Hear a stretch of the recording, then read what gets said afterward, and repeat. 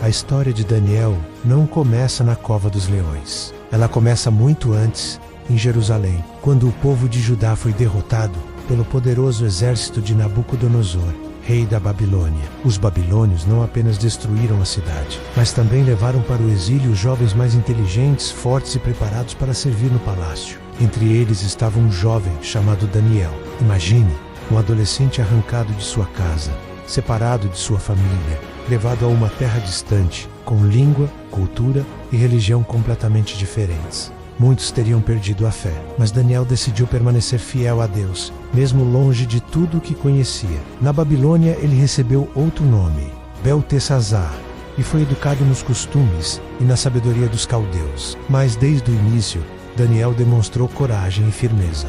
Quando lhe ofereceram a comida e o vinho do rei menos alimentos que eram impuros para os judeus, ele se recusou. Em vez disso, pediu para comer apenas legumes e beber água. Isso poderia ter lhe custado a vida, mas Deus honrou sua decisão. Daniel e seus amigos Ananias, Misael e Azarias ficaram mais saudáveis e mais sábios que todos os outros jovens. Essa foi a primeira prova. Daniel mostrou que preferia obedecer a Deus do que agradar aos homens. Com o tempo, Daniel ganhou destaque no reino. Deus lhe deu o dom de interpretar sonhos e visões. Foi ele quem revelou e explicou ao rei Nabucodonosor o famoso sonho da estátua de ouro, prata, bronze, ferro e barro, representando os reinos que viriam. Daniel também viveu para ver Nabucodonosor enlouquecer por 7 anos, e depois reconhecer o poder de Deus. Ele testemunhou a queda da Babilônia sob o comando de Belsazar, na noite em que uma mão misteriosa escreveu na parede M-E-E, M-E-E, M-E-E, T-E, Q-U, E-E, L-P, A-R-S-M, ou seja, Daniel não era apenas um administrador fiel, mas também um profeta usado por Deus para revelar segredos e anunciar juízo. Sua vida era um constante testemunho de fé em um ambiente hostil, cheio de idolatria e corrupção. Depois da queda da Babilônia, o império passou para as mãos dos medo-persas e Dario se tornou rei. Ele reorganizou o reino em 120 províncias e estabeleceu 3 altos administradores. Daniel era um deles, mas Daniel se destacava tanto que Dario considerava torná-lo o segundo homem mais poderoso de todo o império. Isso despertou inveja. Imagine o ressentimento. Governadores e oficiais que nasceram no império, agora superados por um estrangeiro exilado. Eles não suportavam a ideia de Daniel governar sobre eles. Tentaram encontrar falhas, mas não conseguiram. Daniel era honesto, justo e irrepreensível. Então, tiveram uma ideia: usar contra ele sua própria fé. Sabiam que Daniel jamais deixaria de orar ao seu Deus. Os inimigos foram até o rei com bajulação. Ó rei Dario, vive para sempre. Estabelece uma lei para que durante 30 dias ninguém ore a nenhum deus ou homem, a não ser a ti. Quem desobedecer será lançado na cova dos leões. Era uma proposta envenenada, mas apresentada como homenagem. Quem não gostaria de ser adorado como um deus por um mês inteiro? Lisonjeado, o rei assinou o decreto. E assim, a armadilha estava armada. Daniel sabia da lei. Ele sabia que se fosse visto orando, seria condenado à morte. Mas não mudou seus hábitos. 3 vezes ao dia, abriu a janela de sua casa voltada para Jerusalém. Ajoelhou-se e orou. Para ele, era melhor enfrentar leões do que perder a comunhão com Deus. Seus inimigos o flagraram orando e correram até o rei. Dario, ao ouvir, ficou angustiado. Ele respeitava Daniel, sabia de sua integridade e percebeu que tinha sido manipulado.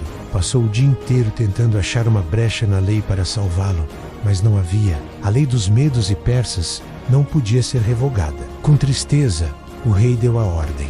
Daniel deveria ser lançado na cova dos leões. Imagine a cena: a grande pedra rolada sobre a entrada, os selos reais sendo colocados e Daniel sendo deixado na escuridão. O cheiro de feras selvagens, o som dos rugidos, os olhos brilhando no escuro, era a morte certa. Mas algo sobrenatural aconteceu. Deus enviou seu anjo para fechar a boca dos leões. Aquele lugar de terror se transformou em lugar de paz. Daniel passou a noite protegido pelo próprio Criador. Enquanto isso, no palácio, o rei não conseguia dormir.